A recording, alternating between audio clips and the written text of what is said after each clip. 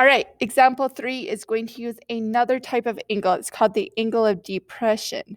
Now, it's actually the same thing as the angle of elevation. It's just the angle from the person on the top's perspective. So in this case, we've got this nice little lifeguard right here. Angle of depression is the angle that's formed between if the person was just looking straight off into the horizon, and then if they're looking their line of sight. So he's looking at this swimmer down here. The angle of the depression is just that angle that's in between of straight off to the horizon and down to that swimmer.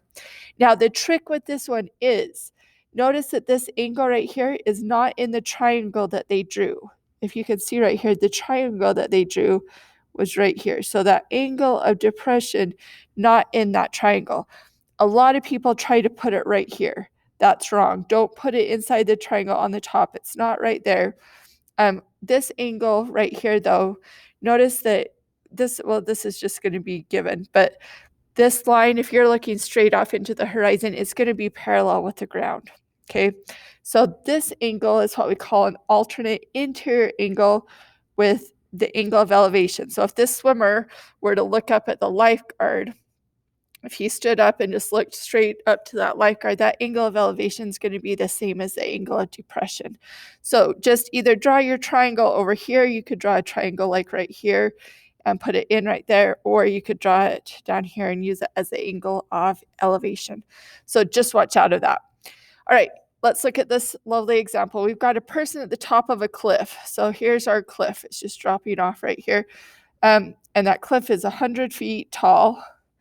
He sees Gilligan's boat. So here's a lovely little sailboat out in the middle of the ocean right there. His sighting of the boat is at an angle of depression of 10 degrees. So if I draw my triangle like this, boat should have probably been quite a bit farther away. But angle of depression is really this angle outside of my triangle. Please just note that's okay to have it outside of your triangle. You're just going to put it in, but make sure it goes down here at the bottom right there.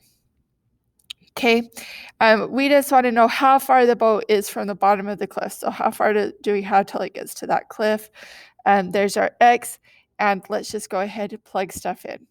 So here's my right angle. That means that this side's my hypotenuse. Cross from the 10 degree, we're calling that theta, by the way. Cross from that 10 degree angle is the opposite, and that leaves this X to be our side adjacent. So we're trying to find the adjacent. We know the opposite. We've got our SOHCAHTOA memorized. And so we know that if we're, whoops, how do you spell TOA? All right, now we can do this. SOHCAHTOA. So if you're trying to use the A and the O, it is going to be that tangent right there. So we're going to go ahead and say that the tangent of our angle, of that 10 degree angle, is equal to O is first, so that 100 is first, it goes on the top, divided by our adjacent, or divided by X right there.